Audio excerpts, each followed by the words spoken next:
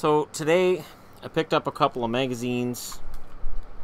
I picked up the Sports Forecaster. I picked up the Pooler's Guide. And I went through all the prospect lists, because I like to have them on paper. And then I went through and I figured all this out, and then I said, you know what? I am tired of trying to make studio lighting work in my bedroom. It doesn't. So I went back to the old light, and I like it a lot better. So there you go. I had a lot of people offering me this advice and that advice. I will tell you this. What I was told yesterday by YouTube, by other creators, you're going to have a lot of people telling you how to run your channel. Be genuine, be yourself, and do the channel the way you want it done. And don't... You can take advice, but take it with a grain of salt, and still be you. So, I had an extensive talk with the two girls who actually come up from California, representatives of YouTube. And, yeah, so I'm not going to go with any networks right now. I'm not going to make any massive changes or sweeping changes. I will be doing a couple of minor tweaks, and I will be doing more videos and more live shows, but that's it. Thank God I've got lighting back that doesn't frustrate me. Alright, so I've been asked to rate the top 10. Well, I was asked to rate the prospect pools of each team. I've been asked a bunch of times. And I thought, well, I'll wait until I've got enough information and I can look through and say, alright, here's what I think. And I do this knowing that there's going to be a lot of people who say, wait, where's so-and-so? 3 honorable mentions: the Vancouver Canucks, the Boston Bruins, and the Colorado Avalanche. Not in my top 10, but they're close. Number 10 on my list, and this is of... And the way I measured this was how many players are going to make the NHL, I think, how many are really solid prospects, and how many have the best chance of making an impact. How deep is their prospect pool? Number 10. I know you're up here. I know you are. You're red. There you are. Washington Capitals. I gave them a solid B. You had to have a B to make the top 10. Number 9, there's the New York Rangers. I also want to say that prospect pools do not include guys who are currently in the NHL. So the Leafs are not in the top 10 because most of their young players are all in the NHL.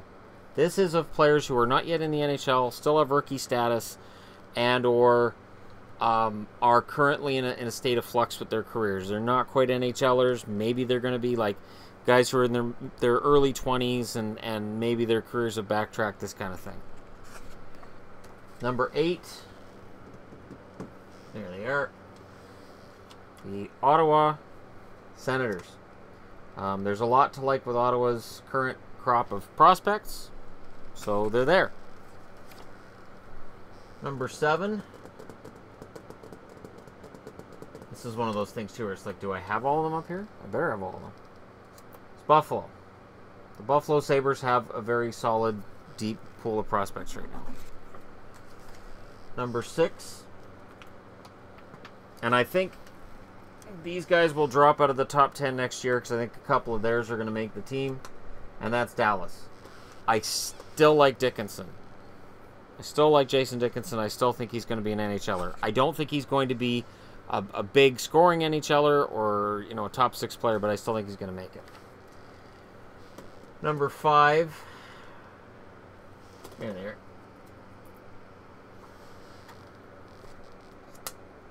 The Anaheim Ducks.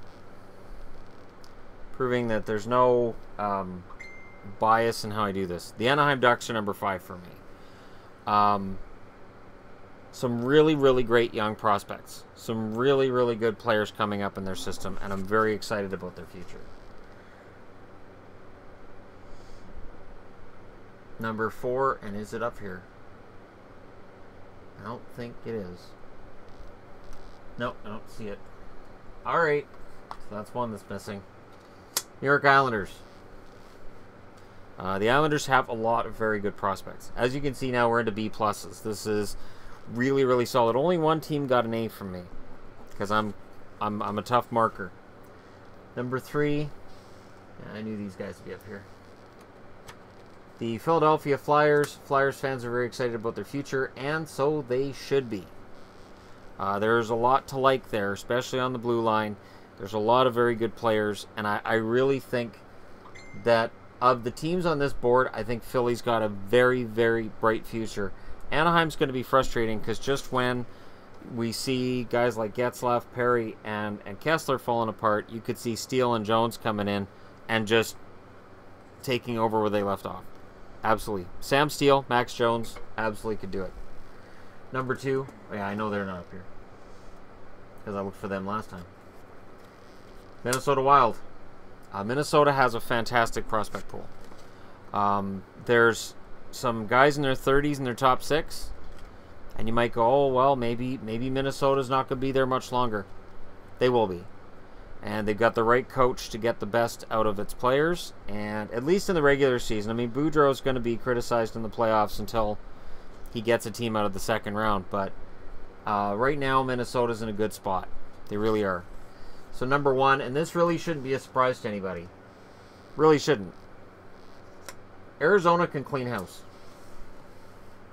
Arizona's in a position where as long as Dylan Strome's not a bust, as long as their prospects are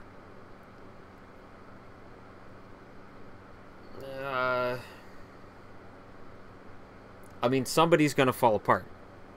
Every list of prospects you look at going back over the last 15, 20 years, there's a prospect there that was supposed to be really good and didn't make it.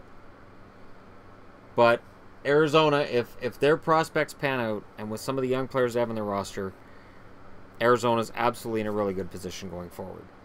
Let me know which team you think has the best prospect pool. Don't forget to hit like and subscribe if you're browsing your way through, and thank you so much for watching. I'll talk to you guys again soon.